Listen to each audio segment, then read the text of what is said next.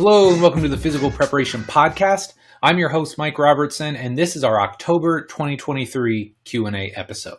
Now, before we jump into this week's show, I want to give you a quick recap of the past couple weeks, months. It's all whirlwind at this point in time, and I feel like I've been everywhere. I think Kendall's soccer coach the other day said something along the lines of they played 13 soccer games in 5 different cities, in the last 5 weeks. And just thinking about it, we've been in Nashville for a tournament.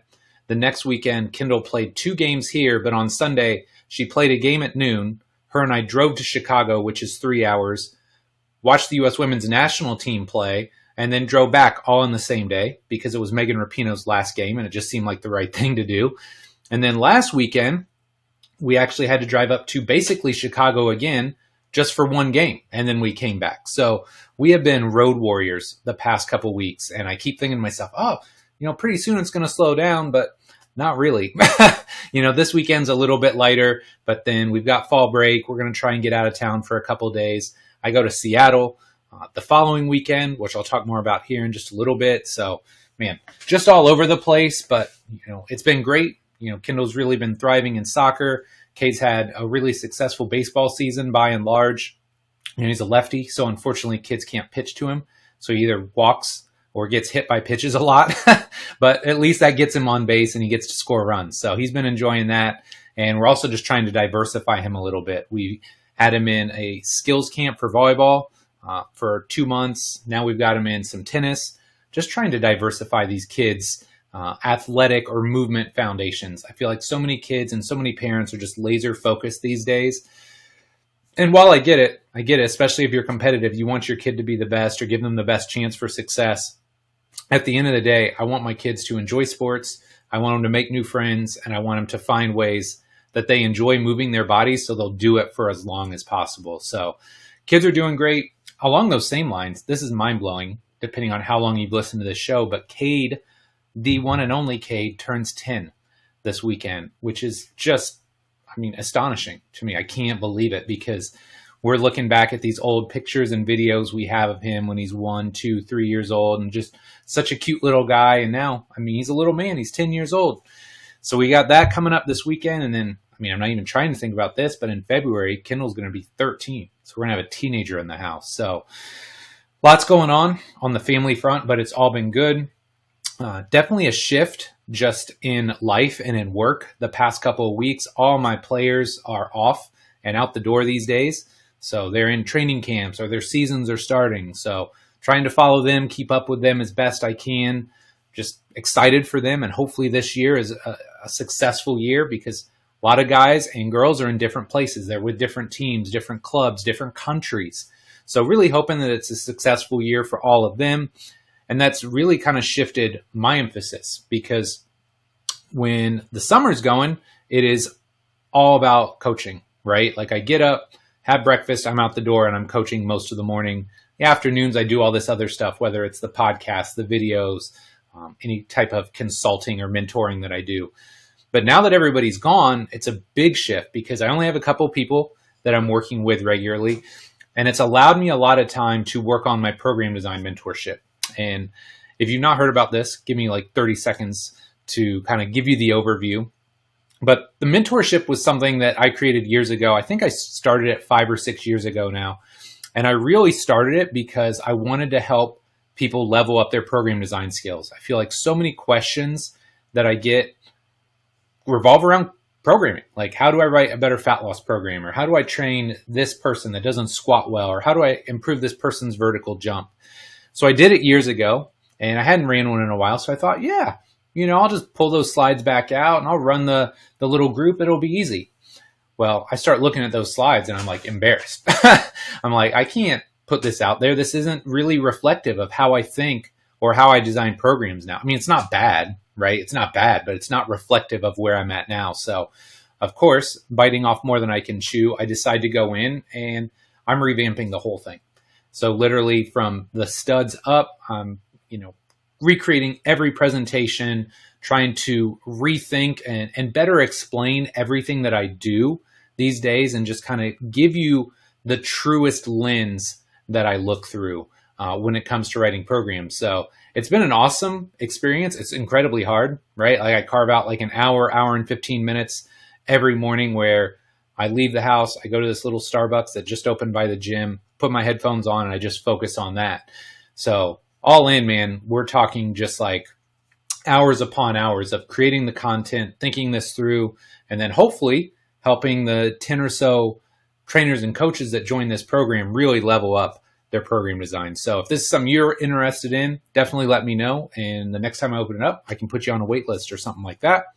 And then last but not least, beyond just that, is if I'm not creating enough content with podcasts and videos and the mentorship, Joel, Luca, and myself are going to be hosting a virtual conference on October 21st. So make sure you have that on your calendars. That's about all I can say for now, but it is going to be awesome. And if you train Gen Pop clients or people that are interested in living longer and healthier lives, I think it's definitely something you're going to enjoy. So that's enough for me. We're going to take a quick break, and then we're going to jump into this month's awesome Q&A episode. Okay, let's do this. Starting off with a question from David. And I've got this awesome mix of questions this week because some of it's like high level, like really like deep stuff. And then there's some that are just kind of like quick hit, faster acting lightning round type questions. So let's dive in. David wants to know, what reflections do you have after your 23rd year of coaching? And man, this is a deep question. I didn't know which direction I wanted to take it, but I use this as a reflection of how did my off-season training with my basketball players go this off-season? Because I think it's just a really clear time to say, okay, what went well? What do I need to improve on? And how am I going to make 2024's off-season even better? So if it's possible, David, this was the best and worst off-season I've had of all time. And, that's the best way that I can explain it. There were some things outside of work, outside of iFast, that really took away from my time and energy. There was some stress that I did my best to try and manage and mitigate. There were days it bled over. So just outside stressors, normally I'm very good at compartmentalizing that, but I know, at least in my brain, I hold myself to a very high standard. And there were 1 or 2 days this off season where I was not at 100%. And I let outside factors impact my ability to coach and to really connect with my athletes. And that bothered me. So stress was something that I need to better manage or find ways to make myself even more resilient. Second, there's certain situations that I can't control, and I need to understand and respect that. So, when you're in pro sports, let's just start there. When you're in pro sports, there is always that time where an athlete is worried about, am I going to get a contract? Who wants me? Who's going to pick me up? Am I going to make the right amount of money? Is it going to be the right situation? Am I going to like the city? And there are times where that impacted me probably more this offseason than it has in years past. And again, these are things that I can't control. And so the note that I wrote to myself, I kind of did a debrief as I was thinking through this offseason. And it's always coming back to this idea of controlling the controllables, right? I'm not their agent, so I can't control if they get, a great job, or if they land in a country that they want to, or if they make the money that they want. I can't control that. What can I do? I can control my attitude and my approach to working with them. I can make sure that every day they come in the gym, I'm going to make their day better, right? Because they're not focused about their contract or any of that stuff. They're focused on, hey, I'm going to get my body right. I'm going to get my body ready. So wherever I end up, in whatever situation I'm in, I can play at the highest level. So that's something that I kind of jotted down for myself is, stress is part of it, right? Because we're in a high stress job, and a lot of these athletes are under a lot of stress for a lot of different reasons. But that doesn't mean I need to carry that burden for them. And I need to find ways to kind of cast that aside and just focus on what can I do to reduce their stress and help them do what they need to do when they're in with me. And that's prepare their body for the upcoming basketball season. So that was one thing. In a lot of ways, it was my best year with regards to, I think, some of my coaching. I feel like 23 years of coaching, every year I try and get a little bit better. I feel like I did that this year. but especially with regards to some of my programs and my ability to use KPIs. And got to give a shout out to my guys here at Hawken. Being able to dive in with the force plates and really get underneath the hood as to what some of these guys and gals needed to work on, finding the KPIs that would measure that, and then creating and implementing training programs that focused on building those KPIs were absolutely huge. And I got two guys in particular. One was my guy, Junior. That's all I'm going to say, just Junior, because he's a high school kid. But Junior had some awesome improvements in his vertical jump this offseason because, man, we were looking at his numbers and kind of found some things that I wanted to work on, especially like eccentric velocity and his ability to use that stretch shortening cycle. And man, we dived in, we put in this program. He was super religious about doing it and he trained hard every day. I mean, this guy put like 3-4 inches on his vertical this summer, and that's force plate numbers. This is not like, oh yeah, he did like a jump mat or a vertec and we scanned the system. These are force plate metrics. So he added like 3.5 inches on his vertical this offseason, which was awesome. So he did great. Another one was Ed. You know, Ed's been my guy for, I think, 4 or 5 years now. We've been through some battles. We've been through some long off seasons. And one of the big focuses we put on his off-season training was improving his brakes because he's so fast. He's so explosive. Can we teach him how to slow himself down to decelerate more effectively so that when he gets to the rim, he's under control and he gets more baskets? And man, Ed did amazing. Like literally, if you saw his eccentric and braking metrics, it was here to start, and then you could just see them creeping up as the off season went on. It eventually plateaued because we kind of got what we wanted to out of it and we shifted emphases. But man, just the ability to laser in and say, these are the things that I want to address. These are my KPIs, to create a program and then to see those numbers change was incredibly rewarding for me. So I think that was great. As far as what was the worst part of it, I think I was really bad this off season about just time management and being able to shut off when I went home. And so I've had to like reinstitute some policies that I've had in the past. And I'm going to have to pull my phone out here because eventually this thing's going to go off and I'm going to hit it quickly. But one of the things I used to do was hit this reverse alarm. And I know I talked about this in one of my podcasts. I mean, I'm 400 some deep now, so I don't remember exactly which one. But we all have an alarm when we wake up in the morning, right? At 6:30, 7, whenever you wake up, you got your alarm. Well, I actually had to institute the reverse alarm, and I actually have 2 of them.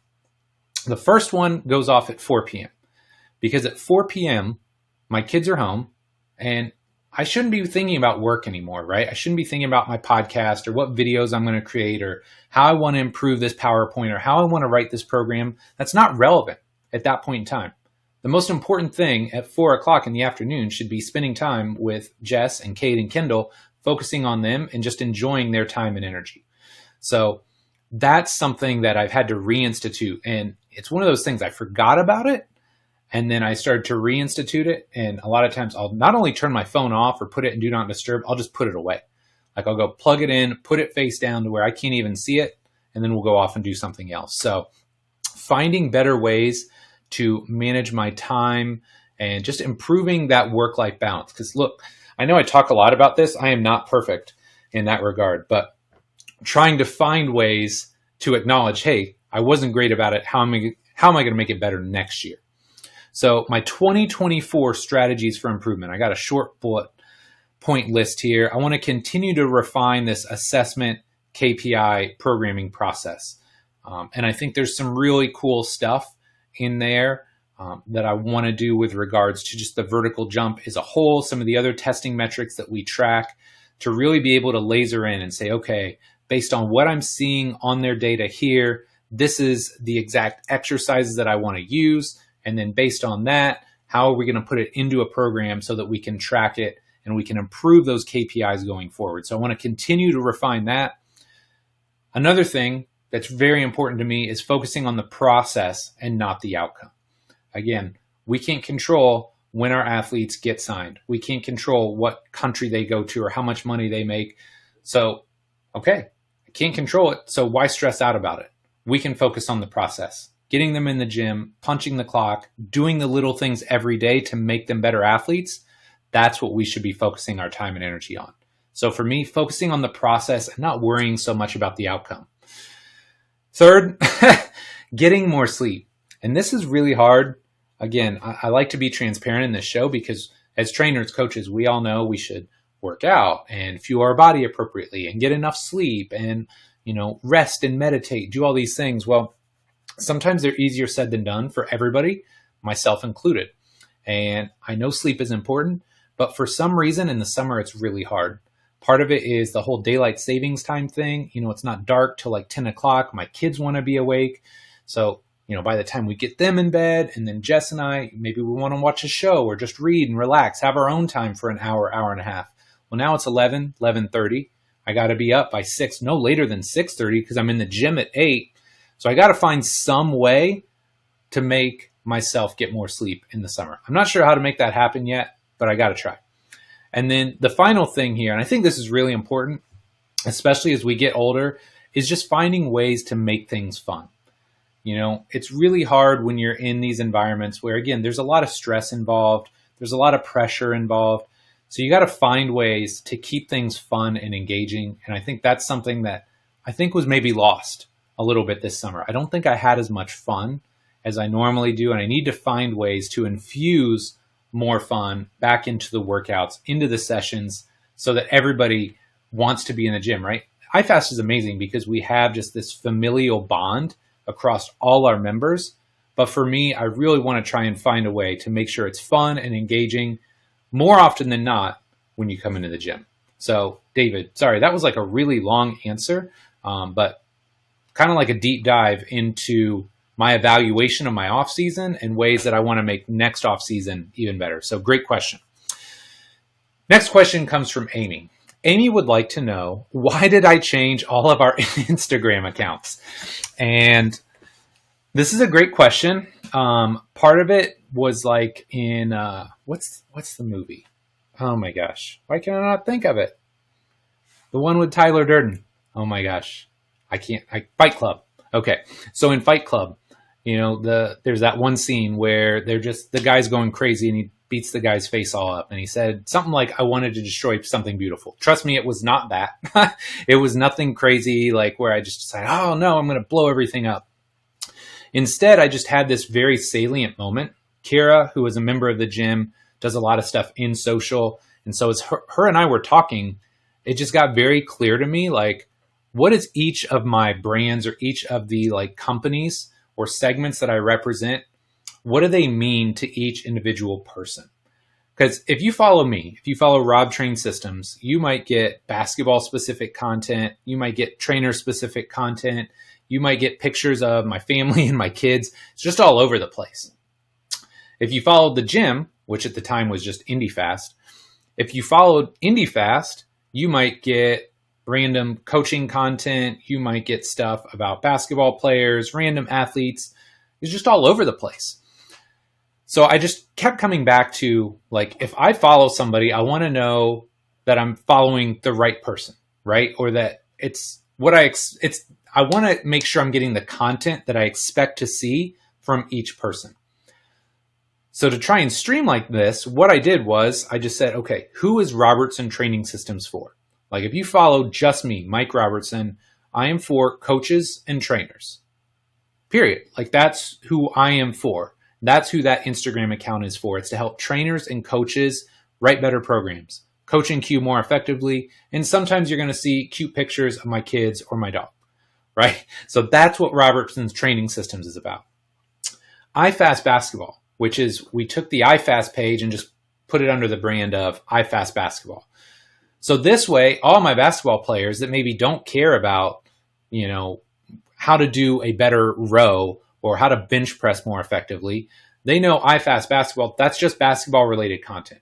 So I'm either talking about the players that I work with, I'm sharing content from other content creators like my guy Joey Burton, who's a skill development coach. I'm sharing their content and their information to help basketball players get better, or it's just my unique content that's for basketball players. So it's very clear, if you're a basketball player or if you want to learn more about basketball development, you follow that page. And then the final page, which I finally just got around to creating earlier this week, was just the iFast Gym.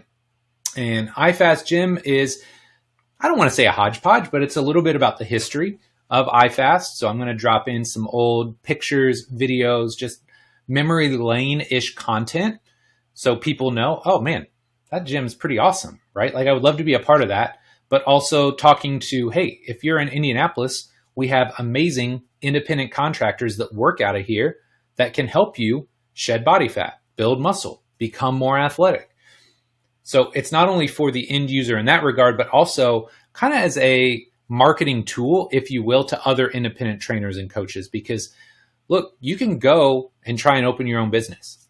And that's what I did, right? Like I decided I'm going to open a gym. But look, I will tell you, I talk to so many people across our industry. It's getting harder and harder to open a small niche training focused business. It's hard, right? Not only from an ownership level, because not only do you have to, when you start off, be the trainer and coach and do all those tasks, you have to learn all the business tasks as well.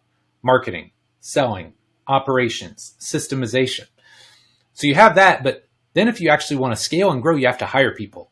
And trust me, I talk to gym owners across the country, basically across the globe, and everybody is saying the same thing. It's getting harder and harder to find high quality coaches that want to come in and just do really good work without trying to get paid an exorbitant amount of money, without ridiculous demands for what days they'll work, how much time off they're going to get. So I really think like as gym owners, this should be a part of your business in a lot of cases. If you want to go open your own gym, great. But if you want to run a business and you want to train and coach yourself, maybe the independent contractor model is something you need to be looking at. So regardless, that's why I created these 3 different Instagram platforms or accounts, just so everybody who follows each respective account knows exactly what's going to be showing up in their feed. So, Amy, I hope that clarifies a bit. It's something that I've been working on for a while, and hopefully everybody who follows my content now will know, oh, I follow Mike, so I'm going to get great training content and pictures of cute kids and dogs. Okay, next up, we have a question from Coach Grimm, and I think most of these came from Instagram. So if you submitted a question, thank you very much. But Coach Grimm wants to know, how do you categorize movements like chops and lifts in R7? So I think he's kind of asking, like, where would I put them? And I think the great question here is, what is your intention? Bill always asks that. What's your intention? What do you want to get out of this? And I think based on your intention, you could put it in probably at least 4 different segments. So as I was thinking through this, you could put your chops and your lifts in R2, maybe as more of a dynamic reset. So you're really trying to cinch in that split stance posture, right? So it's a little bit more dynamic, or maybe you could just put somebody in a position and have them camp out and breathe there. But I could see it in R2 as a dynamic reset. I could see it in R3 as a patterning or prepping portion of the session, right? So just trying to get somebody locked in. Again, when you're using chops and lifts, you're primarily thinking about split stance activities or trying to lock in that split stance position. So I could see it in R3 as something where it's a little bit more active, dynamic. You're trying to like prime somebody and build them into that workout. I could see it in R4, right? Now, maybe not in the truest sense where a lot of people would do like chops and lifts with like a cable machine. But as far as chops and lifts, we'll do like chopping type throws where we're trying to maybe get somebody into or out of a cut. So it's a low momentum way to help somebody get into or out of a cut when you're using and throwing a medicine ball. So I could see it in R4, but I think the most obvious place and the place that I use chops and lifts the most are in R5. And when I'm using chops and lifts, it's generally as part of a superset. So let's say I've got that person that just struggles to get into their left hip. Maybe I'm going to have them do a chop where they're chopping into the cut or chopping over that left leg. And we do 8 to 10 there. And then we do some sort of offset split squat. So maybe the weight's in the right hand, right? The left leg's in front. And then we're working on that split squat. So we're trying to turn them into that left hip to really pattern and reinforce that. So lots of places you can place that, coach. I mean, really it depends on your rationale and your intention. I think for most people, R5 is the best place for it, but R2, R2, R3, and R4 are all viable options as well. It really just comes down to what you want to get out of it. So great question, and I hope that helps. Next, we got a question from my guy Troy at Emotion Fitness. Troy wants to know, how far out do you program for general population clients knowing they have no deadline? And you're going to have to give me a second here. I need a drink. So, Troy, this is a great question. And general population clients can either be some of the best programs you write or some of the worst programs you write. And I think it really comes down to your ability to rein people in and help them focus for extended periods of time. So I'll give you an example.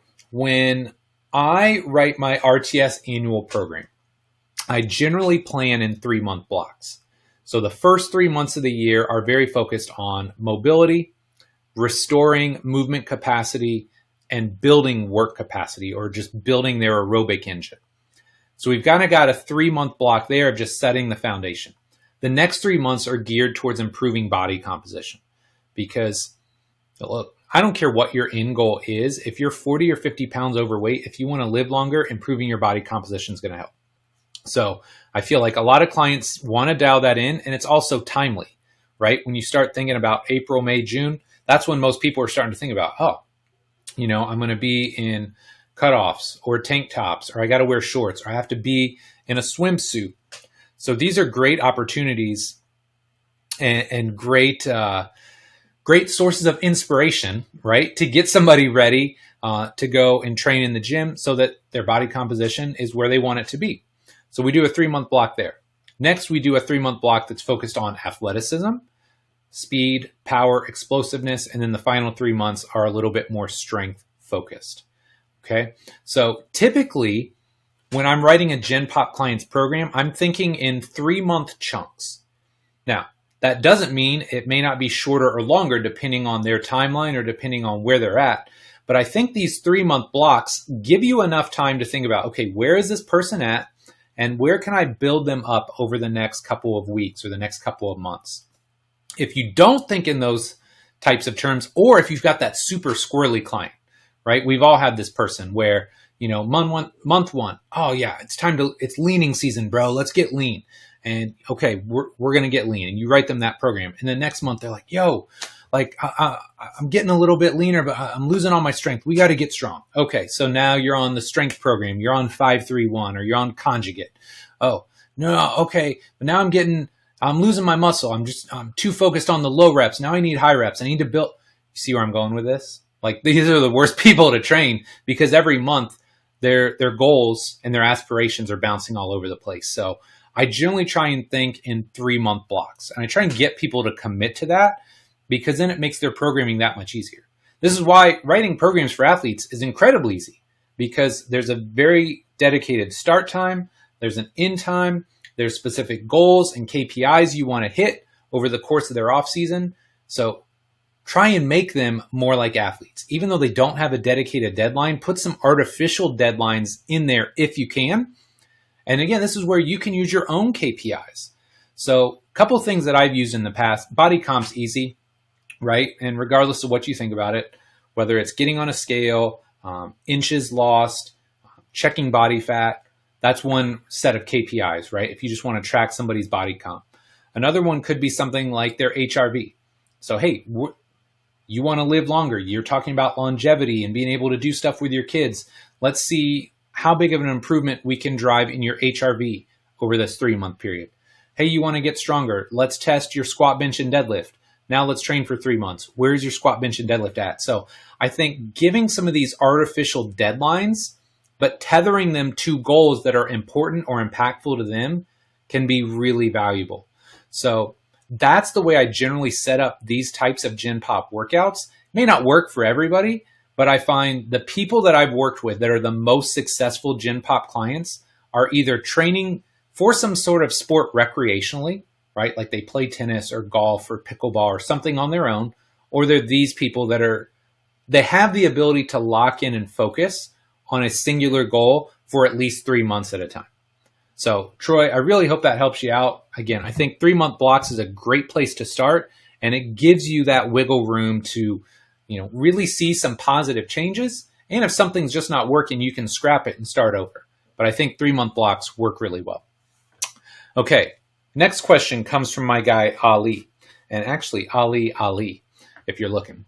But Ali wants to know, do you prefer doing breathing exercises before workouts or after? And first off, just my guy, Ali, I hope you're doing well, man. Can't wait to watch you this year. Hope you crush it at Akron. Would have loved to see you at Butler again because, hey, man, you're right down the road. But I'll be tuning in some Akron games. So I know I have talked about where I put breathing exercises before, whether it's in the podcast, in some of my videos, in the Complete Coach Cert. But I think depending, again, on intention or rationale, you can put breathing exercises in one of two places. The big thing for me comes down to what are you trying to get out of it? So when I use breathing exercises before a session, I am generally trying to optimize biomechanical position. So let me give you a for instance. Let's say you have that person, their upper back is just caved in, right? They're just smushed back like this. And so anytime they try and squat, they have to sit way back, right? They can't just sit down. They're so compressed on the backside, they have to sit back to squat down. So for this kind of person, I may do a breathing activity or a breathing reset, like a seated dorsal rostral expansion. So this kind of thing, I'll post a video in the link or in the show notes. Phil has a great video of it. But basically, you're in this position. You're trying to round out the upper back, drive some air into that space so that you can shift your center of gravity back and sit down. So if I use breathing exercises pre-workout, it's in that R2 or reset phase, and I'm trying to optimize biomechanical position. Now, on the flip side of that, let's say you just finished a session, right? It could be in the weight room. You could be getting off the court. You're gassed. You just worked really hard. Well, your autonomic nervous system and your sympathetic nervous system especially is just tweaking out, right? Like it's been going so hard. Well, when your sympathetic drive is off the charts, you can't recover. So in this sort of instance, what I'm going to do is it's not even so much positional breathing as it is just restorative breathing. So this could be something like crocodile breathing, where you're laying face down, you kind of make the little diamond, put your forehead in it, and just breathe for 3 to 5 minutes. Or one of my favorites with my athletes is literally put them up against a wall. So their buttocks are basically on the wall, their legs are straight up. So you get that venous return out of the legs, you get the lymph moving a little bit. And then again, just let them chill out and breathe for 3 to 5 minutes. But in this case, it's not so much about restoring position as it is just rebalancing that autonomic nervous system. It's getting that parasympathetic nervous system to kick in so you can chill out, relax, and kickstart the recovery process. So what do you want to get out of it? You can rationalize both. And trust me, I use it in both. But again, pre-workout, it's more for optimizing biomechanical position, making sure that my clients and athletes are moving effectively. And on the back end, it's more to just kickstart that recovery process. So when they walk out of the gym, they're already recovering and they're getting ready and preparing themselves for the next training session. So fantastic question, Ali. And I love that athletes that I've worked with are asking these questions because I hope you take this stuff and you use it. It will make a big impact on how you move and how you feel. Okay, I think we got a couple more here. Next, we have Callan. Callan would like to know, what are your thoughts on flywheel training?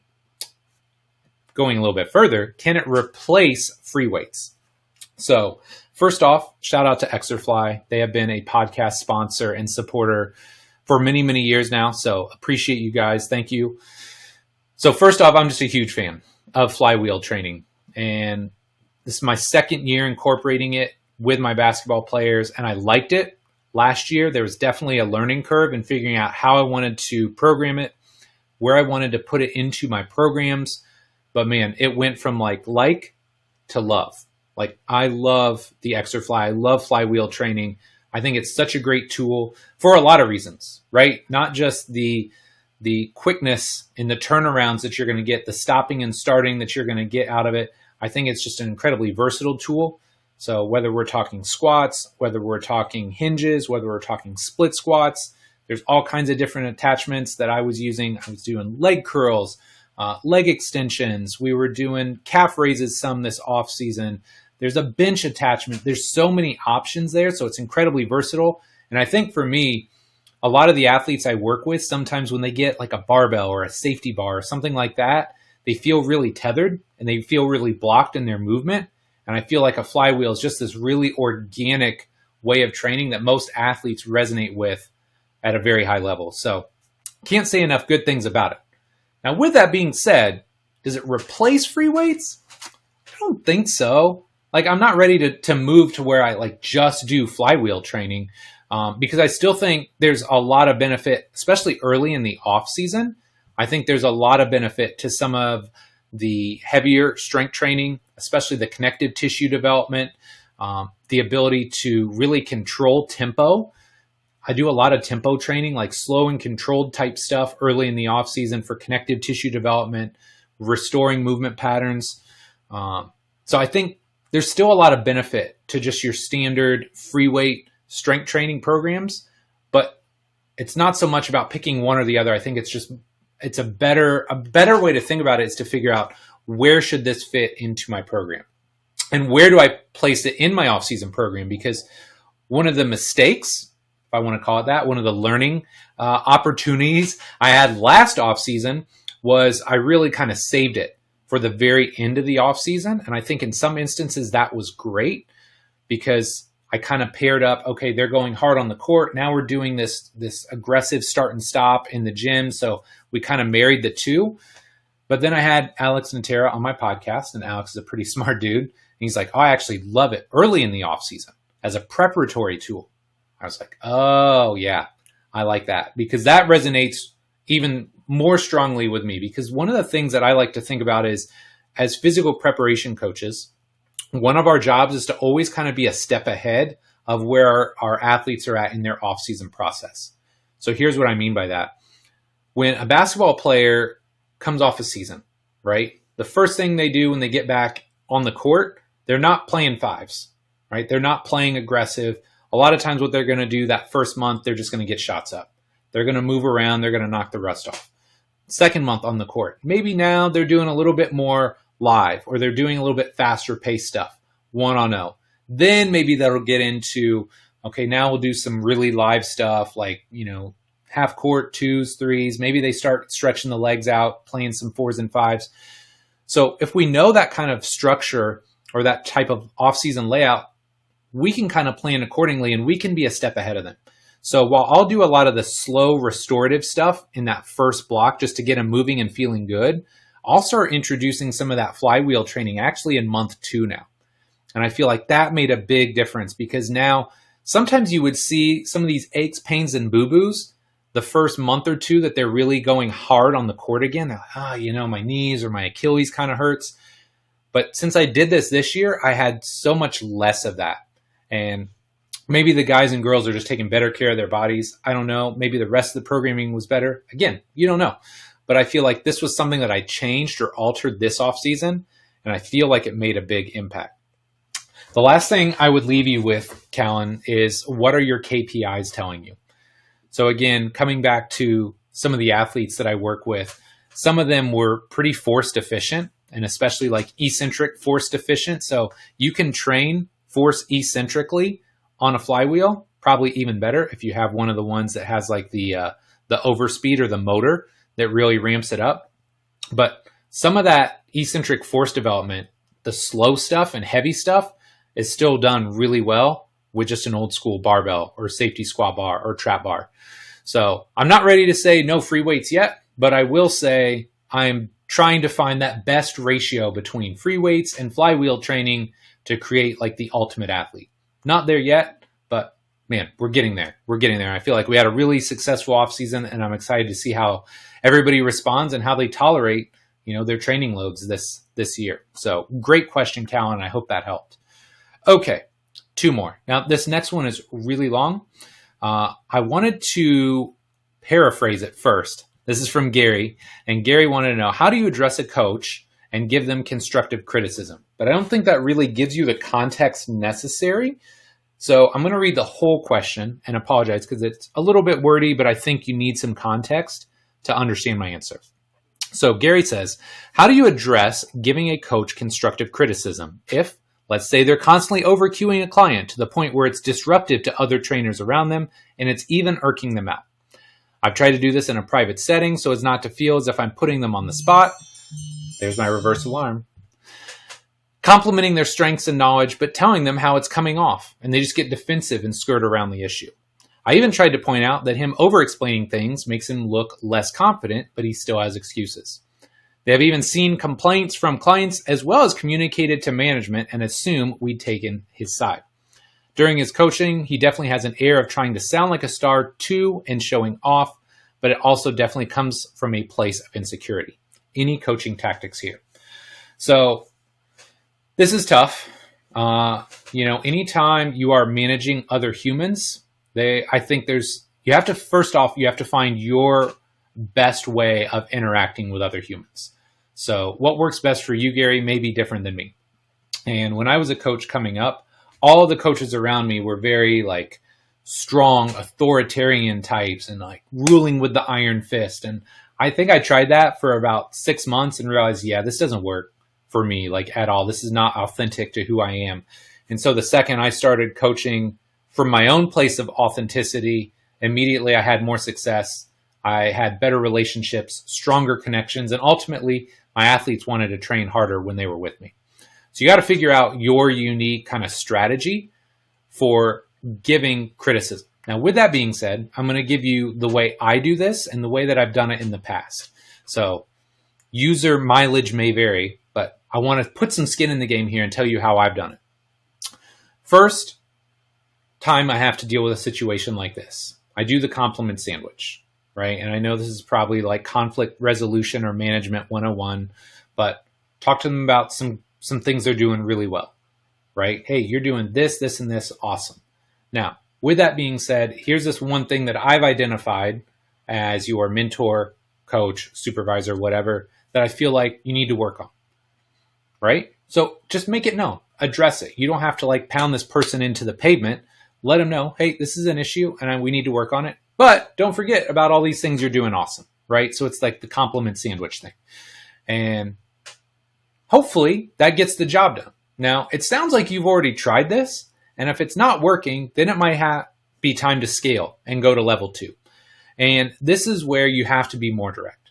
And look, just as a manager in the past, this is always a way more uncomfortable conversation to have. The first one, you get to really pump them up and make them feel good. And, everybody has faults. Everybody has things they're working on. Sometimes people just aren't aware of the things that they're doing. So you're just making them aware of it, but it's in this safe and feel good environment. Well, at this point, when you've tried that tactic and it's either fallen on deaf ears or they're just not getting it, now you got to be direct. And now I don't want to say you have to call them out, but you have to tell them, look, what you're doing isn't working. Here's what you're doing and how it comes across to, your clients or to the other staff members, and you got to fix it. Enough of the feel good rah-rah type stuff, because I'm assuming you're this person's supervisor in some way, shape, or form. You got to let them know, look, this isn't working. Here are specific instances. And I think the more you can take emotion out of it and just make it objective. Hey, look, you thought you were being funny, or you thought you were doing this. Here's how this trainer interpreted it. Here's how this client interpreted it. And so just drawing that contrast between what they think they're doing and how people are actually looking at them, or how these people actually view them and their behavior, you have to create that contrast because they may just not understand, right? The soft and feel good type stuff didn't work. So now you have to let them know, hey, look, this isn't working. Here are specific instances where you didn't get the desired response. Fix your behavior. Worst case scenario, you got to go to level 3. And that's generally how I do things and how I've done things in the past. It's kind of a 3 strikes, you're out. It's kind of like baseball. But worst case scenario, you got to let them go. And I will say this, Mark Fisher and I talked about this. I feel like I've talked about this on a couple podcasts now. It's never fun letting somebody go, but it's almost always the right thing to do. It's very rare that somebody just, first try, oh, nope, you're gone. You're out of here. Very rarely does that happen, right? Generally, we give people too long of a leash and then we dread it, right? We sit on it forever. We make it take way longer than it should. And then ultimately, when we do cut the cord and we say, look, I'm sorry, this just isn't working. We tried to give you feedback. you probably should just find some place that's a better fit for you. When you do that, it's amazing because both parties end up feeling better, right? If they're that insecure, right, maybe this isn't the right field for them. Or maybe they need to go to a gym where they can be a star, where they need that type of personality. And on your side, not just your side, but your team's side, when you let that person go, it's like this collective sigh of relief. Immediately, the energy is better. Everybody feels just happier. They're more confident. Like everything is better when you let that one person go. So never a fun situation to be in, Gary. And I know Sean actually talked about the book Crucial Conflicts, or Crucial Conversations. If you haven't read that book, definitely check it out. It's very, very valuable, but that's how I would address it. Kind of that 3 strikes and you're out approach. Sounds like you've already done level 1. So level 2 may have to be, hey, look, sit down. We need to have a chat. Never fun, but needs to be done. Okay, couple final questions here. My guy, Justin Ware of Ball State Powerlifting Lore wants to know, have you watched any Harry Mack videos yet? Now, I like YouTube, like in the sense that I'll watch random videos about things I'm interested in. I create content for it, but it's not my thing, right? I don't spend a ton of time on there. So I had no clue who Harry Mack was, but my guy, Justin, who I've known since I was like 22 years old, was like, you got to check this guy out. And I will say this. Yes, Justin, I have watched some of his videos. Yes, he is dope. I am not sure how he does it. So if you haven't watched this guy, literally he just, I don't know if he calls people or what he does. If he finds these random people that call into his show, they give him, or he gives them 3 words, right? So squirrel, nutcracker, and mocha latte. And he will find a way to freestyle rap these words into something right off the top of his head. And it actually makes sense. And it's actually generally pretty darn good. So yes, he's impressive. Also, Justin, thank you, because now anytime I go on YouTube, I'm getting fed Harry Mack videos, even though I'm not a subscriber. So appreciate that, my guy, and hope you're doing well. We need to get together soon. So hit me up when you hear this. Last but not least, this question comes from, I think it's just Lady. Got a Kobe and Jordan on like little profile pic on his IG. So respect to that. And Lady wants to know, should stability and mobility be involved in the warm-up or cool-down? And he loves the show, Coach. So, Lady, first off, appreciate that, man. I want to say something at the end of this show, but appreciate that more than you know. So when we're talking about stability, mobility, these are kind of nebulous terms, and I don't really think in this way anymore. I think whenever you're trying to decide what goes into a workout, the first question you have to ask yourself is, what is the goal? If I only get one thing out of this training session, what is it going to be? Is it going to be getting stronger? Is it going to be improving my power? Is it going to be developing more mobility, right? So you got to figure out what is the goal, and then you need to steer everything in that workout session towards that one goal. The second thing you need to ask yourself, and I'm not sure if you're an end user or you're a coach, but for the trainers and coaches listening, you got to ask, like, what does this client need? This is where your assessment comes in. So if you put somebody on the table and they move like the Tin Man, okay, well, maybe mobility is an issue. If they're an athlete and, they're super bendy and they got all the motion that they need, but they got like a credit card vertical, okay, well, they need something else, right? They need power and explosiveness.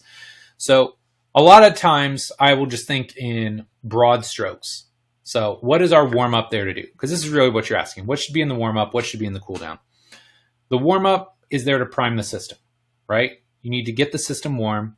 You need to progress into, or you need to work them into progressively larger ranges of motion, right? So you can expose them to whatever range of motion they currently have access to. And you need to develop and pattern movements. So there's a reason you don't just go in the gym and throw 405 on the squat bar, right? You hopefully do a warm up, you do some dynamic mobility, you pattern. So that's the goal of the warm up. On the flip side, we talked about this earlier with Ali's question, the cool down is all about kickstarting the recovery process and chilling out. So if doing some mobility drills or some flows, breathing exercises, whatever works for you to help you chill out and relax at the end of a session, if that works for you, then by all means do that. So, Lady, I'm not sure I gave you a great answer here. If you got a more specific question and you can drop it to me, I would love to answer that next month. But again, I just try and think broad strokes. What is the goal? What does the client need? The warm up is all about prepping and priming the system. And the cool down is all about kickstarting that recovery process. So if you can kind of figure out what your goals are and then plug and play accordingly, I think you'll be able to get whatever job you want done. Now, before I wrap this up, I just want to say something real quick. This has been top of mind, and I talked about stress a little bit earlier on, but for a lot of reasons, this was a stressful 2 to 3 month period for me, for my athletes.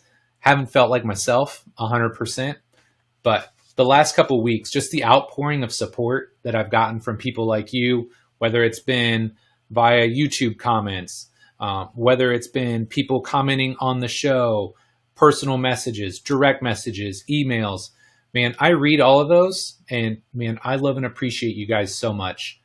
Again, everybody has ups and downs, right? I feel like, I don't want to say dark days because that sounds really like gloomy and doomy and sad. But man, there were just some rough stretches the past 3 to 4 months. And I feel like I'm coming out on the back end of that. I feel like I'm more focused. I'm more clear than I have been in probably years.